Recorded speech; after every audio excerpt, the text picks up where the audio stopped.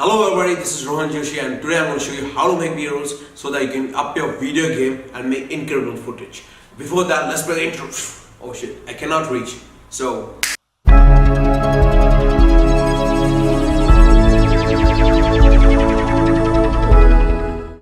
firstly, shoot your video at 120 frames per second, which in the post-production helps you slow it down and give it more cinematic feel. Since 120 frames per second is available only in high-end full-frame cameras, you can use 60 frames per second. That's also very decent. My own camera ADD has 60 frames per second at 1080p. It's quite decent. I'll show you the B-roll in a couple of seconds and you'll know how it is. Secondly, take as many B-rolls as you can. So of 60, don't keep it short of 3-4 seconds, try it as 8 seconds so you have more content to work with in the post, and you might think this B-roll is enough, but while in the post you might sometimes regret it not taking more videos.